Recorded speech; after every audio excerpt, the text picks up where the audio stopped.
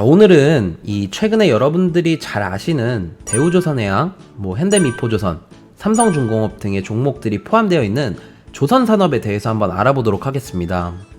사실 조선산업은 알만한 분들은 다 아시겠지만 거의 망하기 직전까지 갔던 그런 산업이죠. 그런데 올해 초에 2차전지만큼이나 시장에서 뜨거웠던 소재 중에 하나였습니다. 그동안 중국의 시장 진출 때문에 완전히 문 닫는 거 아닌가 했던 우려감도 있었는데요. 드디어 이 배를 사가는 소비자들도 이제는 값싼 중국산 배보다 이 비싸더라도 품질이 좋은 한국산을 쓰자라는 분위기가 돌면서 다시 전성기로 복귀하는 게 아닌가 하는 기대감이 있는 그런 상황입니다. 그래서 오늘은 이 조선산업을 투자하는 데 있어서 꼭 알아야 할 것들을 설명드리려고 하는데요.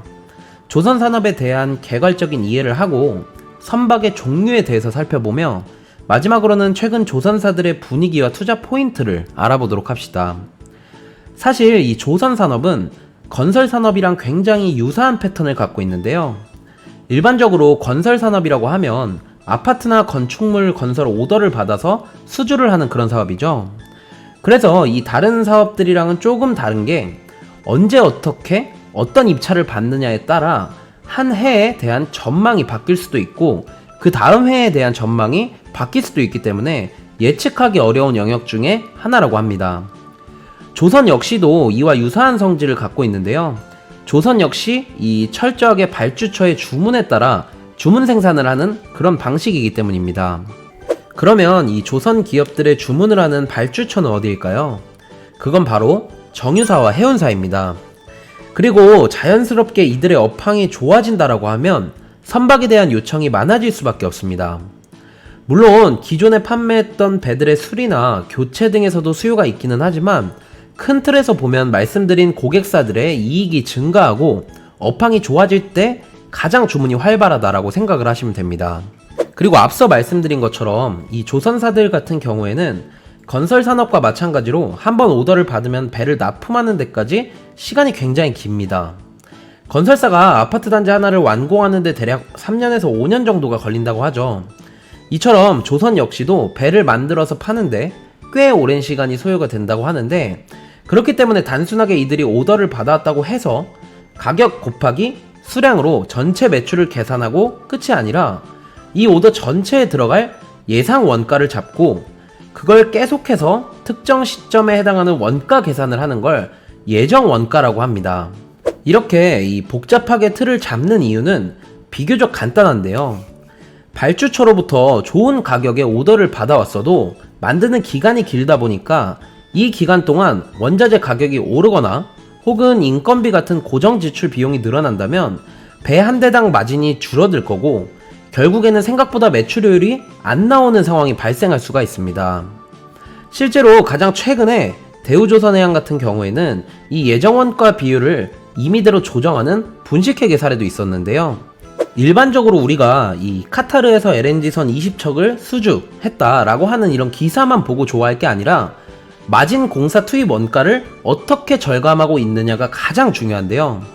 만일 원자재 가격이 코로나 이후처럼 폭등하는 상황이라면 제 아무리 오더를 많이 받아오더라도 이는 수익 구조가 좋지 않은 저가 수주로 인식이 될 수가 있습니다. 그럼 이들은 이 투입 원가를 조율하기 위해서 어떤 방법 등을 사용할까요? 가만히 오르는 원자재 가격이나 인건비에 대책 없이 손 놓고 구경만 하는 건 아니겠죠? 그래서 이 조선사들 같은 경우 최대한 같은 배의 종류의 오더를 선택해서 배를 만드는데 같은 배의 종류만 만든다면 이 같은 인력과 같은 부품으로 통일시킬 수 있기 때문에 미리 저렴한 가격에 원자재를 사재기 하는 방법 등을 선택할 수가 있겠죠. 이러한 방법 등으로 최대한 재무 손실을 입지 않게 노력들을 한다고 합니다. 그리고 조선사들의 또 다른 특징으로는 이 바로 캐파 증설이 굉장히 어렵다라는 점이 있습니다. 배를 만드는 환경은 우리가 생각하는 것보다 훨씬 더 크고 규모가 대단한데요. 공장 몇 개가 세워져 있는 그런 수준이 아니라 이 작은 섬 전체를 활용해야 하는 수준이니까요. 이 말은 한편으로 엄청난 생산 효과를 누릴 수 있을 것처럼 느끼실 수도 있겠지만 다른 한편으로는 고정 비용이 많이 들 수밖에 없다라는 의미이기도 합니다.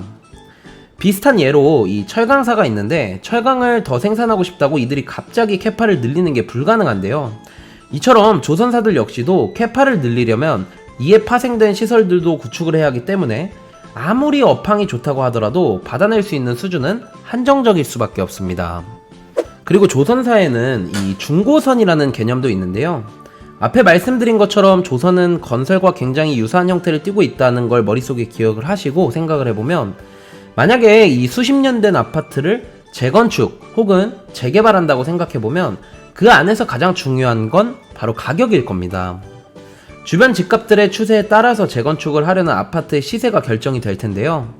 이는 조선 역시 마찬가지인 게, 조선업들은 이 거래되고 있거나 판매되고 있는 중고선의 가격을 기준으로 신조선의 가격이 결정이 됩니다. 만약 글로벌 경기가 좋아져서 배수요가 늘어난다면 운임비는 자연스럽게 상승할 거고, 운임비가 상승한다라는 것은 배를 빌리는 값 역시도 상승한다라는 말이기 때문에 이마저도 충족이 안 된다고 했을 때 신조선 발주로 이어지는 것이겠죠. 그리고 실제로 이 중고선가는 조선업황에서 이 수요와 공급의 방향성을 잘 보여주는 지표 중에 하나로 활용이 됩니다. 즉 중고배 가격이 오른다면 새로운 배 가격 역시 오르는 구조를 갖고 있다는 거죠. 자동차는 중고차 가격이 올라도 시장 가격이 조성되어 이 픽스된 가격에 판매를 한다면, 배 같은 경우는 조금 다르게 수주를 하는 케이스라고 보시면 되겠습니다. 그리고 여담으로 이 선주들에게 있어서 유형 자산이라고 하면 바로 이 중고선을 가리키는 것이겠죠. 그래서 이 가격이 오른다라는 것은 내 자산의 가격이 오른다라는 것을 의미하기 때문에 이를 기반으로 이 금융대출 역시 잘 나온다고 합니다. 즉 회사가 공격적인 투자를 해서 레버리지 효과를 자연스럽게 기대해 볼 수가 있다는 것이죠. 그리고 마지막으로 이 조선산업 경쟁 구도를 좀 이해하고 계시면 좋은데요. 크게 보면 현재 이제 한국, 중국, 일본이 전 세계 조선산업을 독과점하고 있다라고 생각을 하시면 되는데, 다만 이 각 국가가 국가별로 잘하는 포지션이 조금씩은 다릅니다. 우리나라 같은 경우는 탱커, LNG, LPG, 그리고 컨테이너를 해외로 수주하고 있고, 이 중국과 일본은 벌크선 위주로 두각을 나타내고 있는데요. 물론 최근에 현재 이 LNG선을 중국과 일본 역시도 수주를 했다라는 이야기가 있지만 그건 자국 내의 수주 이야기인 거고, 해외 국가의 인도까지 완벽하게 했다라는 소식은 없다고 하네요. 따라서 LNG 쪽에서는 아직까지 우리나라가 해외에서 인정을 받고 있다고 생각을 하시면 됩니다. 자, 그러면 지금까지 말씀드린 내용을 총 정리해보면, 조선산업은 수주산업이고 이 함부로 캐파를 쉽게 늘리기가 쉽지 않으며 중고선 추이를 통해서 전체적인 시장 파악이 용이하고, 현재는 동아시아 국가들이 이 부면에서 두각을 나타내고 있다라고 보시면 되겠습니다. 자, 그렇다면 이제는 이 선박들의 종류에 대해서 한번 알아봅시다. 먼저 선박의 종류를 보면 이 두 가지를 염두해야 하는데, 첫 번째는 무엇을 운반하는가, 그리고 두 번째는 운반할 수 있는 양이 얼마나 되는가, 이 두 가지를 생각해서 한번 봅시다. 먼저 벌크선이란 석탄, 철광석, 곡물 등의 컨테이너에 담기 애매한 것들을 운송하는 배를 뜻합니다. 주로 운송하는 게 원자재 관련해서이다 보니까 일반적으로 벌크선은 원자재 관련 국가와 주로 연관지어서 살펴볼 수가 있는데요. 일반적으로 벌크선에 들어가는 제품들은 특수 기술이 필요하지 않기 때문에 제작 공정도 비교적 간단하고, 그러다 보니까 단가 역시도 굉장히 낮은 편에 속합니다. 그래서 이 벌크선의 핵심은 얼마만큼 채울 수 있느냐가 가장 핵심이고, 여기에는 화물뿐만 아니라 선박의 모든 장비와 선원까지 고려한 무게를 중점에 두고 등급을 매긴다고 보시면 됩니다. 각각의 개념을 자세하게 이해할 필요는 없지만 중량순으로 보면 핸디사이즈, 수프라막스, 파나맥스, 케이프 사이즈, 그리고 가장 큰 초대형 산적 화물선으로 구분을 할 수가 있습니다. 두 번째로 이 탱커선을 보면, 탱커선은 이 유조선이랑 같은 말입니다. 그래서 이 배는 정유, 이 석유화학 제품을 운반하는 선박으로서, 다만 이건 액체를 운반하는 거기 때문에 이 액체가 유실되지 않게 처리를 잘 해야 하는데, 만약 배가 최악의 경우 가라앉는다고 가정을 했을 때 석유가 유실이 되면 환경오염이 발생하기 때문입니다. 따라서 이 벌크선과 탱커선은 고체냐 아니면 액체냐의 차이를 제외하면 사실상은 큰 차이가 없다고 봐도 무방하긴 합니다. 세 번째는 이 컨테이너선인데요. 이건 말 그대로 컨테이너를 싣고 다니는 선박으로서, 컨테이너가 등장하면서부터 이 하역 시간이 단축이 되고, 또 하역 이후 이 화물 운송하는데도 컨테이너가 이용되면서 이 컨테이너선 시장 역시 굉장히 커졌습니다. 그래서 이 선의 등장으로 조선사들 역시 규모의 경제를 실현할 수가 있게 됐는데요. 이 현재는 이 컨테이너선만큼 가장 효율적으로 운송할 수 있는 방식이 없고, 이걸 늘려서 얻은 이 규모의 경제 효과는 사실 엄청나다라고 합니다.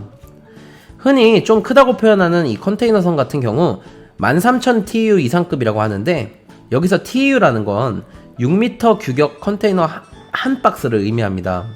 그리고 이런 규모의 배들은 한 척당 수주 금액이 1억 달러라고 하네요. 굉장히 비싸지만 그래도 이 효율이 좋으니 꾸준한 수주가 이어지고 있는 선종 중에 하나입니다. 다음으로 살펴볼 배는 최근에 이 조선업의 미래라고 여겨지는 LNG선인데, LNG선은 이 천연가스와 한국카본 영상에서 일부 다뤄드렸기 때문에 위에 링크를 클릭하셔서 영상을 한번 시청해 주시길 바랍니다. 자, 그래서 이 선박의 종류로는 이 벌크선, 탱커선, 컨테이너선, LNG선 순서로 살펴봤는데, 사실 이 순서대로 선박의 진입장벽, 기술력도 갈린다고 보시면 됩니다. 그리고 벌크선에서 LNG선으로 갈수록 시장 규모는 작지만 미래 성장성이 뛰어나다 라고 볼 수가 있겠죠. 오늘은 이 현재 조선산업을 투자하는 데 있어서 기본적으로 알고 계시면 좋은 아주 기본적인 내용들과 조선 선박들의 종류에 대해서 한번 이야기를 해보았는데요. 다음 조선산업 영상 2편에서는 현재 이 조선산업에 이 주어진 환경과 상황, 그리고 투자 포인트와 그 안에서 좀 수혜를 받을 수 있는 기업들을 좀 간접적으로 소개를 해드리는 시간을 갖도록 하겠습니다. 오늘 영상이 도움이 되셨다면 좋아요와 구독 부탁드리고요. 댓글에 링크를 첨부해 놓았는데 누르셔서 입장을 하시게 되면 장중에도 저희가 많은 도움을 드리고 있으니까 많은 관심 부탁드립니다.